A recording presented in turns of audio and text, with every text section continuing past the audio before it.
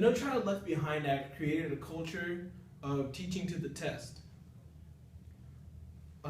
This failed because it neglects the fact that the American student is now more diverse than ever. Each student has their own individual needs, and this is because students come from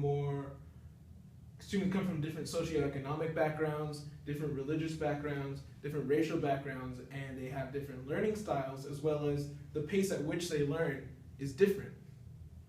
If we look at band classes, I come from a family of musicians, and if you try to compare my experience in a music classroom with another student who doesn't come from a musical background, it's almost unfair to compare us. But this is why we have top band, beginning band, and then intermediate band, if that may be the case. However, because music classes don't necessarily have a standardized test, band directors are given more power, more time, more flexibility with their classroom, and they're able to have more one-on-one conversations, more interaction, and give the student feedback on where and how to grow. English classes are very similar to this. They have, right, the way you're graded in elementary school, or you're placed in different reading groups in elementary school. In middle school and high school, you have different, the way your first essay is, your teacher will base your first essay, and then the following essays, they'll grade them upon your progress from the first essay, and eventually you're given a portfolio. So it's very qualitative, and English teachers always give you notes on how to improve. At least a good English teacher, but we all hope they're all good English teachers.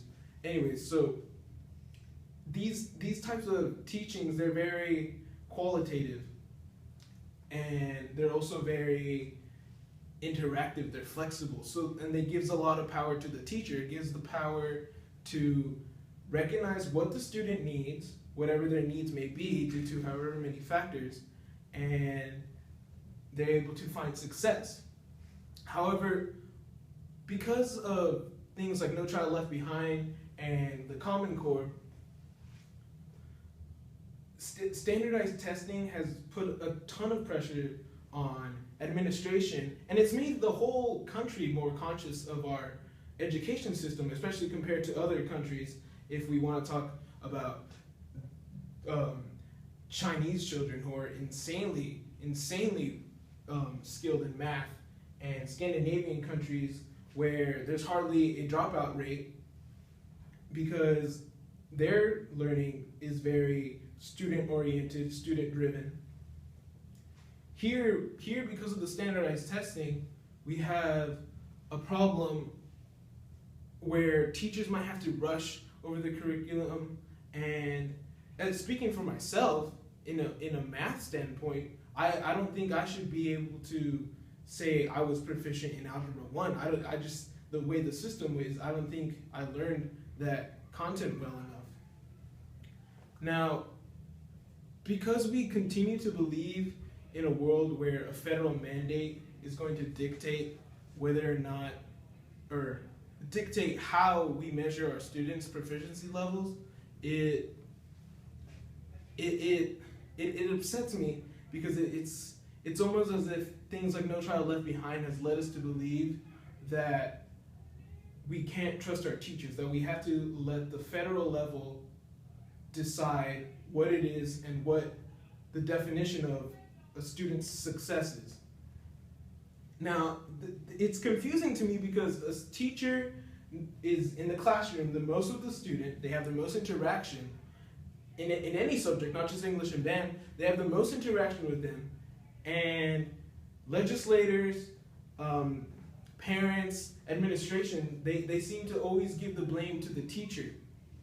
But with this standardized testing system, it's flawed, because if we're going to rush our students to understand a certain amount of content by the end of the year, and give them annually, and everyone has their different learning styles and learning paces, it doesn't work out.